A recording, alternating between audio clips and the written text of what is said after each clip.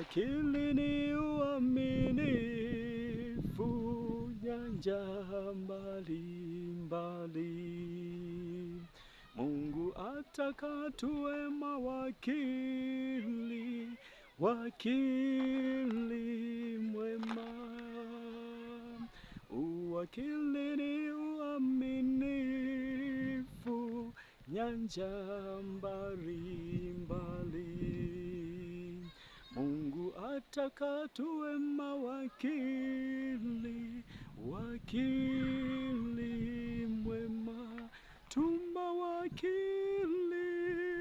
wa Mungu tutimize, wakili kwa mali talanta, wakati, mwili na vyote. Na kuomba Mungu nifanye wakili mwema. Tumawakili wa Mungu tutimize, wakili wa mali talanta, wakati, mwili na vyote. Na kuomba Mungu nifanye wakili mwema.